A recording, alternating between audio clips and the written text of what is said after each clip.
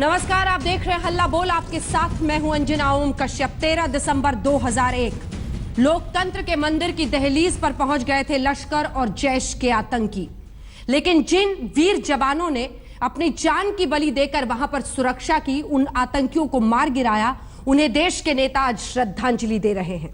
लेकिन अगर उस कुर्बानी की कद्र है तो आज इन्हीं नेताओं को समझना चाहिए कि संसद को हंगामे का पर्याय क्यों बना दिया गया है। जी हां, शीतकालीन सत्र में 3 दिन बस बचे हैं। देश के नेता सदन में मुद्दे पर बहस की बजाय सड़क पर निकले हैं, हिसाब किताब कर रहे हैं। प्रधानमंत्री मोदी लोकसभा की जगह जनसभा में सरकार का पक्ष रख रहे हैं। विपक्ष राहुल गांधी, पी चिदंबरम संसद के बाहर खूब रास्ता पकड़ रहे हैं। सवाल है कि क्या देश की सियासी जमात संसद को नजरअंदाज कर संसदीय लोकतंत्र की जड़ें कमजोर नहीं कर रही?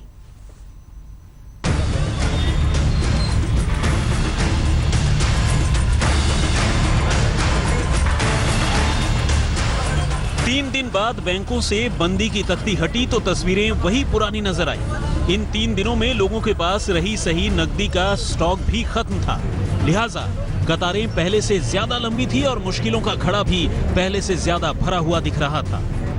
कैश ही नहीं होता, एटीएम जाते हैं तो, और यहाँ पर आते हैं। मैं सुबह से खड़ा हुआ हूँ बैंक के अंदर, अभी भी कैश नहीं है। 5-10 दिनों से मैं आ रहा हूँ और रोज वापस जा रहा हूँ। ज्यादा एटीएम पर जाते हैं तो कोई कुछ मिलता नहीं है, सारे एटीएम खाली हैं।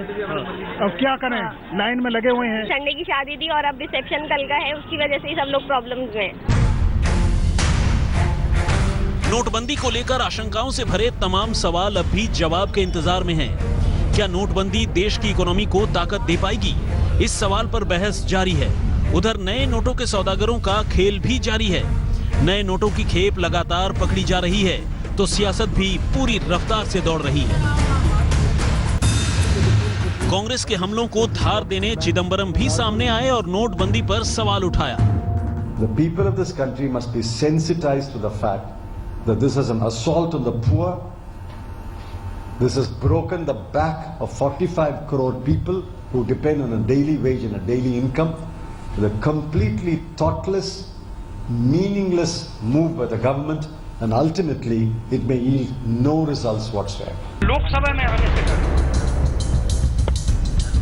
हाउस में है, मगर लोकसभा में बैठने को तैयार नहीं। यहां तक कि वित्त मंत्री अरुण जेटली को भी सरकार का पक्ष रखने के लिए टीवी की मदद लेनी पड़ रही है। सरकार का प्रयास यह है कि कैश करेंसी कम हो और डिजिटाइजेशन ज्यादा हो, और स्वाभाविक है उससे बैंकिंग व्यवस्था को भी बल मिलता है। अब पूरे शीतकालीन सत्र का सियासत की भेंट चढ़ जाना तय है और इस बहस में बड़ा और बुनियादी सवाल का दब जाना भी तय है। आज तक ब्यूरो। अगर वाकई ईमानदारी है इस देश के नेताओं में, मंत्रियों में, सांसदों में, तो क्या वो इस देश की संसद की कीमत नहीं समझते हैं? उस संसद में बोलने की जो कीमत है वो नहीं समझते हैं, क्योंकि उसकी अनदेखी हो रही है। कई खास मेहमान हमारे साथ इस चर्चा में शामिल हो रहे हैं। सबसे पहले आपका परिचय उनसे करा दें। हमारे साथ अश्विनी चौबे जी, सांसद है लोकसभा के भारतीय जनता पार्टी से, वो जुड़ गए हैं। रंजीत रंजन जी सांसद हैं कांग्रेस पार्टी से, वो हमारे साथ जुड़ गई हैं। अली अनवर जी जेडीयू के सांसद हैं राज्यसभा से, वो हमारे साथ जुड़ गए हैं। कुछ ही देर में मोहम्मद सलीम साहब सांसद सीपीआईएम के जुड़ेंगे। आज हमने सांसदों को ही न्योता दिया है ताकि इन सांसदों से समझे कि संसद के बाहर हो हल्ला करना और इस देश की संसद में मुंह बंद कर लेना क्यों इस देश का अब रास्ता बनता चला जा रहा है। लेकिन उससे पहले आप तीनों भी सुनिए और देश की जनता को भी सुनाते हैं कि इस पूरे शीतकालीन सत्र में क्या रहा है संसद का स्वरूप। 2 तस्वीरें हमेशा के लिए इस देश के मन में, मस्तिष्क में चस्पा हो जाएंगी। एक तो वो कि देश कतार में खड़ा है और दूसरी इस देश की संसद में हंगामे की। सबसे पहले अश्विनी चौबे जी आपके पास आते हुए, पहले विपक्ष माफी का गेम खेल रहा था, अब सत्ताधारी पार्टी भी कह रही है कि विपक्ष माफी मांगे। क्या सिर्फ गुमराह करने के लिए ये सब रणनीतियां आप लोग बनाते हैं और फिर संसद में बवाल करते हैं? लाल कृष्ण आडवाणी ने साफ कहा है कि न सरकार न विपक्ष कोई नहीं चाहता संसद चले। 3 दिन बचे हैं।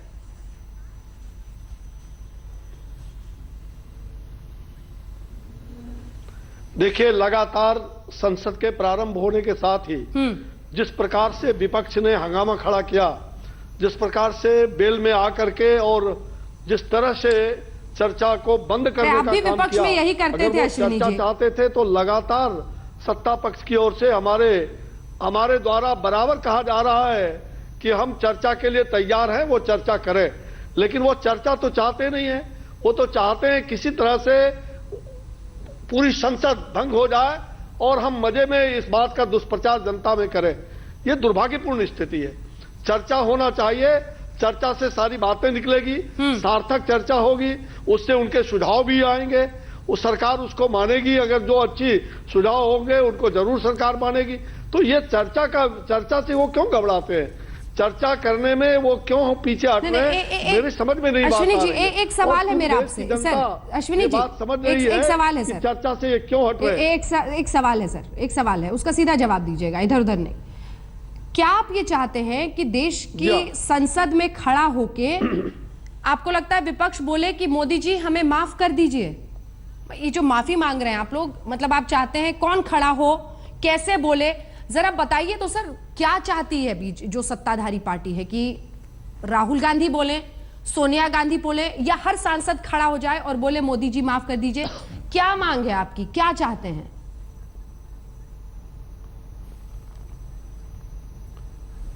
नहीं, मोदी जी को माफ करने की बात कहां है? आप कह रहे हैं विपक्ष माफी मांगे प्राइम मिनिस्टर से? माफ कर दीजिए। संसद क्यों ऐसा कहेंगे भाई? संसद के अंदर सुनिए, संसद के अंदर नियम कानून के तहत चर्चाएं होती हैं और बराबर लोकसभा अध्यक्ष के माध्यम से भी, सरकार के माध्यम से भी विपक्ष को बार बार कहा जा रहा है।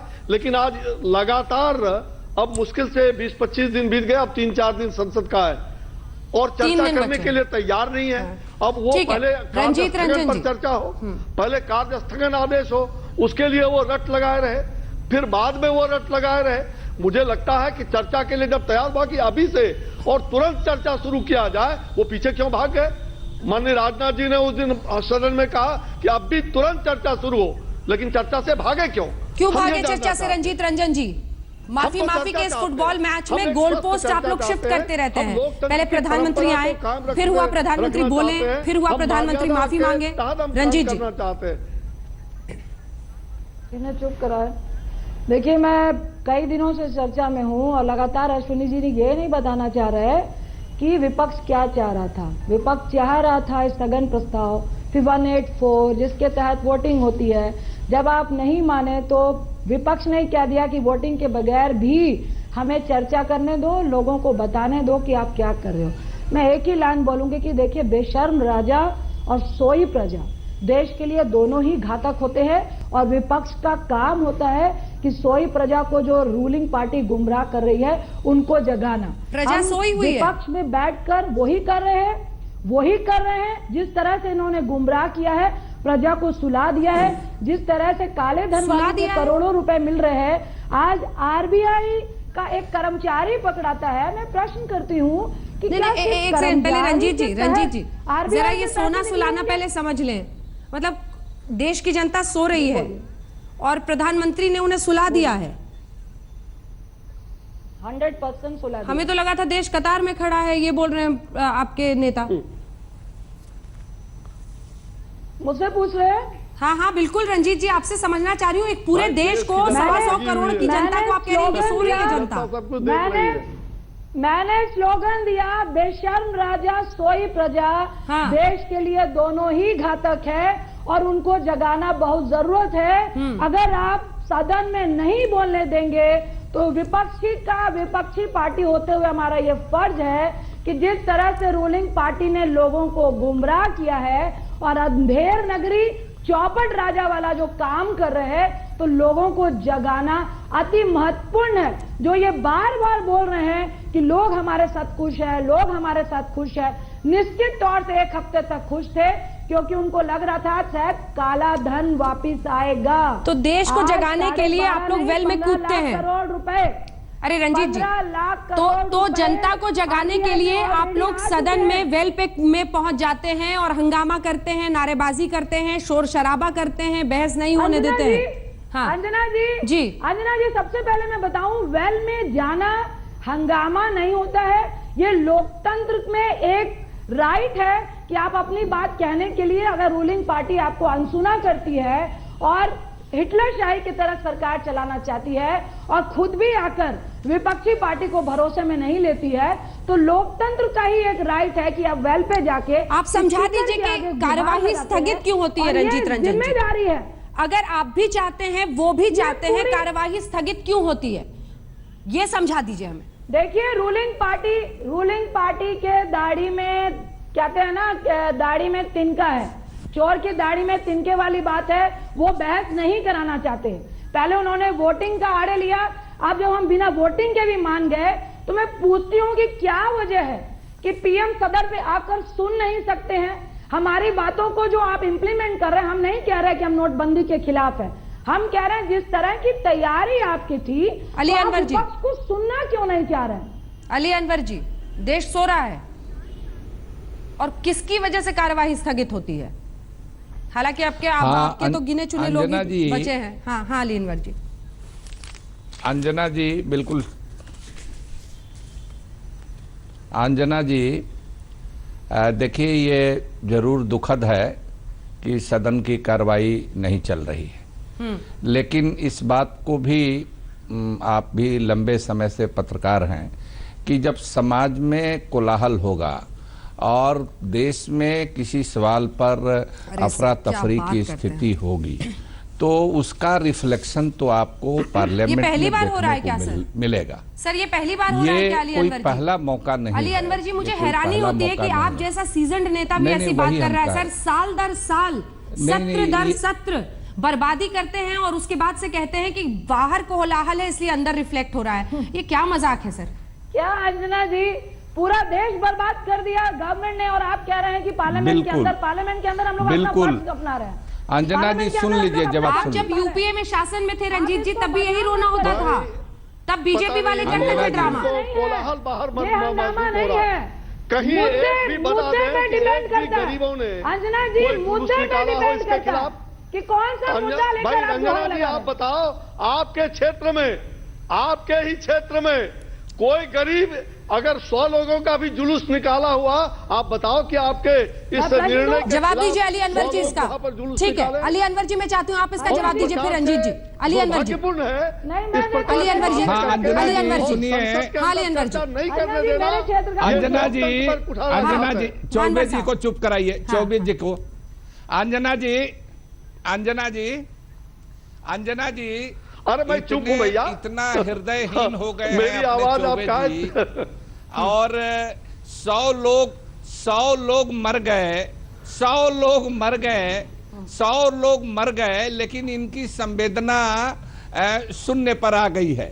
हम लोगों ने संसद में यही कहा कि एक शोक प्रस्ताव लाइए, मुआवजा की उम्मीद तो आपसे की नहीं जा सकती है। आपने जनता से आह्वान किया कि भाई कुछ दिन सहिए, कष्ट सहिए। 100 लोगों ने अपनी जान दी, वो सटोरिये नहीं थे, वो काला बाजारी नहीं थे, वो काला धन वाले नहीं थे, वो लोग अपना 2000-4000 रुपया बदलने गए थे। ऐसे गरीब लोग मरे हैं और कह रहे हैं कि कोई कोलाहल नहीं है, मुदहु आंख कतऊ कुछ नहीं। तो आंख मूंद लीजिए तो कुछ भी नहीं है।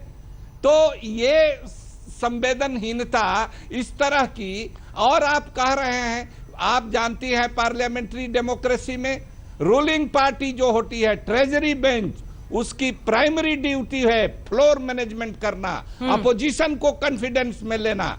ये तो हम लोगों से राज्यसभा में तो ये तो अपोजिशन से भी ज्यादा हल्ला खुद बीजेपी के लोग करते हैं। सड़क को हर कोई सड़क पर नोटबंदी को मुद्दा बना रहा है, लेकिन जैसे ही सदन में बात की होती है, सदन में बहस कीजिए, देश की संसद में अपनी बात रखिए, तब सब इस पर चुप्पी साध जाते हैं, क्योंकि हर कोई दूसरे पर उंगली उठाने में ही दिलचस्पी रखता है। देश इधर नोट की बात जो रहा है, नेता दो हाथ दिखा रहे हैं। प्रधानमंत्री से लेकर राहुल गांधी तक संसद में बयान, चर्चा का राग तो छेड़ते हैं, लेकिन गरजते हैं सदन के बाहर ही। सरकार कहती हम चर्चा चाहते हैं, सरकार कहती है प्रधानमंत्री बोलने के लिए तैयार है, सरकार कहती है प्रधानमंत्री आकर के कहने को तैयार है, लेकिन उनको मालूम है उनका झूठ टिक नहीं पाता है और इसलिए वो चर्चा से भागते रहे हैं। और इसलिए लोकसभा में मुझे नहीं बोलने दिया जाता, मैंने जनसभा में बोलने का रास्ता चुन लिया है। प्रधानमंत्री पूरे देश में भाषण दे रहे हैं, मगर लोकसभा में आने से डर रहे हैं। हाउस में है मगर लोकसभा में बैठने को तैयार नहीं। Basically, you are saying you are going to prove in the parliament. 100%. If they allow me to speak in parliament, you will see what an earthquake is going to come. सिर्फ और सिर्फ गरीब के लिए ये फैसला मैंने लिया। 70 साल तक जो लूटा है उसको निकालना है। हम चाहते हैं कि प्रधानमंत्री जी अंदर आके बात करें। प्रधानमंत्री पॉप कॉन्सर्ट में जा रहे हैं, अलग अलग जगह भाषण दे रहे हैं, मगर यहां नहीं आना चाह रहे हैं, क्योंकि यहां पे वो जानते हैं कि वो भाग नहीं सकेंगे। कानून का उपयोग करना पड़ेगा कि नहीं करना पड़ेगा? बेईमान लोगों को ठीक करना पड़ेगा कि नहीं करना पड़ेगा? भ्रष्टाचारियों को ठिकाने लगाना पड़ेगा नहीं लगाना पड़ेगा? ये काम करना चाहिए कि नहीं करना चाहिए? करना चाहिए कि नहीं करना चाहिए? अगर कोई करता है तो गुनहगार है क्या? हम सिर्फ ये कह रहे हैं कि ये जो लोकसभा है, डिस्कशन राजनेताओं को, एमपीज को इसके अंदर करना, प्रधानमंत्री को आ जाना चाहिए। डिबेट होगी, 3, 4, 5, 6 घंटे की होगी। डिबेट में प्रधानमंत्री जी बैठ जाएं। नहीं, ये जो राहुल गांधी कह रहे हैं कि भूकंप आ जाएगा जब वो देश की सदन में बोलेंगे, संसद में बोलेंगे, ये इस थ्योरी पर अलग से सवाल करेंगे रंजीत जी से। अश्विनी जी, मैं आपके पास आना चाहती हूँ। सत्ताधारी पार्टी की हमेशा से जिम्मेदारी रहती है कि देश की संसद चले। प्रधानमंत्री ही कहेंगे कि लोकसभा में मुझे बोलने नहीं दिया जा रहा है तो मैं जनसभा को चुन रहा हूं, उसी को रास्ता बना रहा हूं। कहां तक सही है?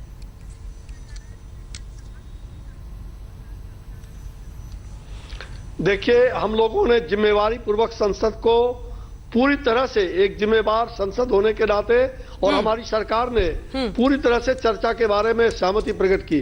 लेकिन ये लोग बार बार चाहते हैं ये संसद में बोले क्यों? अब ये बाहर कह रहे हैं, राहुल जी कह रहे हैं कि हम संसद को चलने नहीं देंगे, संसद चलेगी नहीं, कभी हल्ला बोल कभी कुछ बोल। ये तो पूरी तरह से मुझे लग रहा है कि चोर के, इन्होंने कहा रंजना जी ने कि चोर के दाढ़ी में तिनका। ये तो 70 साल के काले धन का चोर जब पकड़ा गया तो हल्ला बोल रहे हैं। काला धन इनके जेब में, काला धन जब पकड़ा जा रहा है तो अब चोर मचाए शोर, अब चोर मचाए शोर। संसद नहीं चलने देंगे, संसद में सुनने को तैयार नहीं, संसद के अंदर कोई चर्चा करने को तैयार नहीं। इन्होंने गलत कहा कि संसद में चर्चा नहीं हुई। जब चर्चा करने के लिए विरोधी दल के नेता तैयार हुए, यही लोग जाकर के उनकी आवाज को आगे जाके बंद करने लगे। क्या यही लोकतंत्र है? लोकतंत्र के अंदर दास राज प्रभु प्रजा दुखारी, सो निप होई नरक अधिकारी। जिस राज में प्रजा दुखी हो, आज प्रजा दुखी नहीं, आज चारों तरफ 86% जनता खुश है। कहीं भी इसके खिलाफ आप बता दीजिए कि इस नोटबंदी के खिलाफ कहीं नारे लग रहे हैं? कहीं भी नहीं। केवल इन लोगों के मुट्ठी भर लोग जो विपक्ष में हैं, और इनको भी होश आ जाएगा, जल्दी होश आ जाएगा इनके मुट्ठी भर लोगों का। इनको और ये कहते हैं माफी मांगे। कौन माफी मांगे? प्रधानमंत्री नरेंद्र मोदी माफी मांगे। अरे भुजंग नरेंद्र मोदी को आप जिस प्रकार से जलील कर रहे हो, वो गरीबों के लिए लड़ रहा है, गरीबों के कल्याण के लिए। ये पैसे, ये काले धन गरीबों के कल्याण को। अब रंजीत जी को बोलने दीजिए जरा। अबे हमें तो दिनकर की वो बात याद आती है, क्षमा सोचती उस भुजंग को जिसके पास गरल हो, उसको क्या जो दंतहीन विषरहित विनीत सरल हो। ये तो दिनकर जी की उस पंक्ति को याद रखे। ये गलत रूप से मोदी को कहते हैं क्षमा मांगो, इन्हें क्षमा मांगना चाहिए। संसद चलने नहीं दे रहे। अनवर जी भी मुस्कुरा रहे हैं आपकी बात पे। चौबे जी ये कह रहे जनता सोई भी है। अरे जनता कभी नहीं सोती, जनता जगी हुई है। जनता के पहरेदार आप हैं, हम सब पहरेदार हैं। जनता को कभी जलील मत करो, जनता तो सड़क पर खड़ी है और आपको बताएगी ये 70 साल का लूट। रंजीत जी, जनता उस लूट का बदला लेने जा रही है। गरीब जनता। रंजीत जी, ये अभी कह रहे थे अश्विनी जी, अली अकबर साहब, आपको वो दिन याद है जब 40 से ज्यादा लोग शराबबंदी में बिहार में। अश्विनी जी, आप जिस गुमराह के रहने वाले हैं, उस डुमराव में हत्याएं हुई, आप गए उसके घर में, आप संसद में बोलते नहीं, संसद में बहस करते नहीं, टीवी पर चुप होते नहीं। 2 महीने के अंदर 40 हत्याएं हुई है, कभी आप गए उसको पूछने के लिए? अश्विनी जी, आपकी सरकार गई आज भागलपुर के अंदर, आपने छेड़ भी दिया था उनको, दाढ़ी पर छेड़ दिया था, वो चुप ही नहीं हो रहे। एसडीओ ने अपने हाथों से लाठी चलाया, कभी पूछने गए? आज 27 लोग अस्पताल में भर्ती रहे। आप जैसे लोग, निर्मोही लोग, हृदय नहीं है, वो हृदयहीन दूसरे को कहता है। हृदयहीन मत बोलिएगा, अनवर जी से जवाब लूंगी। रंजीत जी, रंजीत जी, रंजीत जी बोलिए, रंजीत जी भूकंप थ्योरी भी समझाइए। बोलने तो दीजिए आप प्लीज। संसद में, संसद में, संसद में, संसद में। विनाश काले विपरीत बुद्धि, अश्विनी साहब, विनाश काले विपरीत बुद्धि। आपका पीएम इतना निसहाय है तो जो सदन में आकर बोल रहा है मुझे भाषण नहीं देने दे रहे हैं, जो फुल मेजॉरिटी में है, अरे बात सुनिए ना, तो फिर उसको रिजाइन दे देना चाहिए। वो देश कैसे संभालेगा? वो किस तरह से देश संभालेगा? आप बोल रहे हैं, आपके प्रधानमंत्री बोल रहे हैं कि 70 साल से कांग्रेस लूट रही थी, 70 साल से लूट रही थी। ये कौन सा नागपुर का मैजिक है कि 70 साल से लूट हम रहे थे, पर अभी बीजेपी के घोटाले निकल रहे, सारे बीजेपी के लोगों के पास पैसे निकल रहे हैं। अभी 450 करोड़ का घोटाला आपका किरण रिजिजू को निकल रहा है, वो अपना आपा को दे रहे हैं, और आप यहाँ पर भाषण दे रहे हैं, गरीबों को लूटने का काम किया, उनको बोलने का हक नहीं है जनता के सामने। वो संसद में डर रहे, संसद के अंदर बोलने में डरते। बोलिए संसद के अश्विनी जी, आप लोग की यही आदत है। अश्विनी जी, नीति और नियति है, इनकी नीति और नियति कांग्रेस की। अश्विनी जी, दरार हो गए। अरे अश्विनी जी, आपके प्रधानमंत्री को सदन में बोलने की हिम्मत के कोई नहीं है। सदस्य बोलना चाहते, वो कांग्रेस के लोग, ये तृणमूल कांग्रेस के लोग प्रधानमंत्री इतना निसहाय क्यों? पोसेरा भाई, अरे 56 इंच का सीना लेकर सदन में क्यों नहीं आते? 56 इंच का सीना लेकर सदन में क्यों नहीं आते? उन गरीबों के लिए जो आदमी सदन में जिला पाए 280 एमपी लेके, वो देश क्यों संभालेगा? जो आज राहुल गांधी सड़क पर जाकर के नकली नाटक कर रहा है, राहुल गांधी नौटंकी करने वाला, आज राहुल गांधी को गरीबों से प्यार नहीं है, वो गरीबी उन्होंने देखा नहीं है।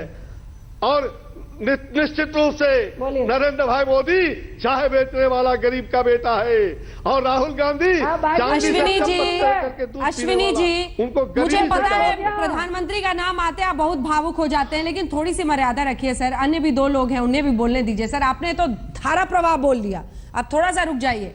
रंजीत रंजन जी बहुत सारे वो गंभीर आरोप भी लगा रहे हैं, उसका भी उसका भी जवाब दीजिए रंजीत जी, और बताइए कि चुप रहेंगे तो जवाब दूंगे ना।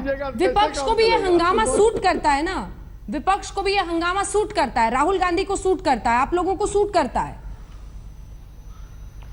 अंजना जी, मुझे नहीं पता कि आप क्यों इस तरह का फेवर लेके बोल रही हैं, हंगामा सूट करता है। इन्होंने क्या किया था यूपीए 1 और 2 में? वेल पे जाके बोरे में पैसे गिराए थे, जब न्यूक्लियर डील हो रही थी। जिनके घर शीशे के होते हैं वो पत्थर नहीं मारते हैं।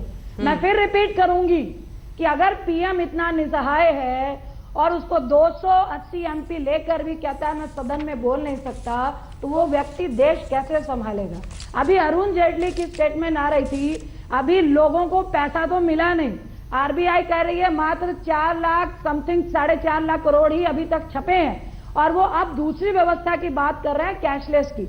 मैं एक पॉइंट बोलना चाहूंगी कि जेपी मॉर्गन वर्ल्ड का सबसे बड़ा बैंक है, जो हर साल 2000 करोड़ रुपए साइबर सिक्योरिटी में खर्चता है, और हमारे यहाँ पे 600 मिलियन के पास बैंक भी नहीं है, एटीएम भी नहीं है। एटीएम का प्रोग्रामिंग 75% नए प्रोग्रामिंग के लिए तैयार नहीं है, साइबर जांच के लिए जज ही नियुक्त नहीं है। तो तभी मैंने बोला कि ये जिस तरह से लोगों को गुमराह कर रहे हैं, अभी एक जगह पे लोगों को पैसे नहीं मिल रहे, लोग पागलों की तरह सड़कों में खड़े हुए हैं, लोगों की नौकरियां जा रही हैं, अब कैश नहीं है तो आप कैशलेस की बात कर रहे हैं। तो साइबर सिक्योरिटी का इंतजाम बीजेपी वालों ने कर लिया है क्या? नहीं तो जिस तरह से नोटबंदी की व्यवस्था है, उसी तरह से कैशलेस के भी तरीके से आप पहले डिसीजन ले लिया, फिर व्यवस्था करते नजर आओगे। अली अनवर जी, मेरी चिंता यह है कि कल से अब 3 दिन बचे हैं। अली अनवर जी, मेरी चिंता है कि 3 दिन और इनके तेवर साफ दिखाई दे रहे हैं। अब किरण रिजिजू का भी मामला उछलेगा, अंजना जी, बाकी के 3 दिन भी स्वाहा होंगे। जी अंजना जी, अंजना जी देखिए, ये कोई नई बात नहीं है। अपने प्रधानमंत्री जी की ये पुरानी शैली है, वो सिर्फ बोलते हैं, सवालों का जवाब नहीं देते हैं। 15 साल तक गुजरात में भी उन्होंने ऐसे ही चलाया। लेकिन डेमोक्रेसी में प्रधानमंत्री को सिर्फ बोलना नहीं होता है, सदस्यों के, एमपीज के सवालों का जवाब भी देना होता है पार्लियामेंट में। प्रधानमंत्री जी जवाब नहीं देते, सिर्फ भाषण करते हैं, क्वेरीज जो सवाल पूछे जाते हैं उसका जवाब नहीं देते, इसीलिए भाग रहे हैं। दूसरी चीज ये कि सिर्फ पत्थर की सीढ़ियों पर माथा टेक लेने से सदन का सम्मान नहीं होता है। जो जनता के चुने हुए प्रतिनिधि हैं, उनसे, उनके प्रति जवाबदेही है उनके सवालों का जवाब देना। लेकिन ये सदन चल रहा होता है, सदन के बाहर बोलते हैं, सदन में आकर के नहीं बोलते हैं, तो ये तो संसदीय परंपरा नहीं है। जब सदन चल रहा है सदन में बोलिए, सदन नहीं चल रहा है सदन के बाहर बोलिए, एमपीज के सवाल का जवाब दीजिए, ये जवाब नहीं देते हैं। तो ये प्रजातंत्र का जो बुनियादी वसूल है, उसी पर चोट कर रहे हैं। और वो वसूल जब तक मगाएगा और उस पर चोट होगी तो कहीं ना कहीं आवाज निकलेगी। ये समझना बहुत जरूरी है सत्ताधारी पार्टी के लिए भी, विपक्ष के लिए, कि जिस तरह से तमाम सत्र लोकसभा के, राज्यसभा के बर्बाद किए जा रहे हैं, स्वाहा किए जा रहे हैं, लोगों में जबरदस्त गुस्सा है इस मुद्दे को लेकर। इम्तिहान के 3 दिन बाकी हैं इस सत्र में। सवाल यही है कि आखिर अगर इस देश की संसद हंगामे का पर्याय बन गई है तो कहां से वो नजर मिले जिससे ये समझ में आए कि सरकार या फिर विपक्ष कौन है सीधे सीधे जिम्मेदार, क्योंकि दोनों पर ही उंगलियां उठती हैं। और इन सभी के बीच सवाल यही कि कसौटी पर इस बार सरकार भी है और विपक्ष भी है। संसद का शीतकालीन सत्र, उसके 3 दिन बाकी, जनता कतार में। देखते रहिए आज तक।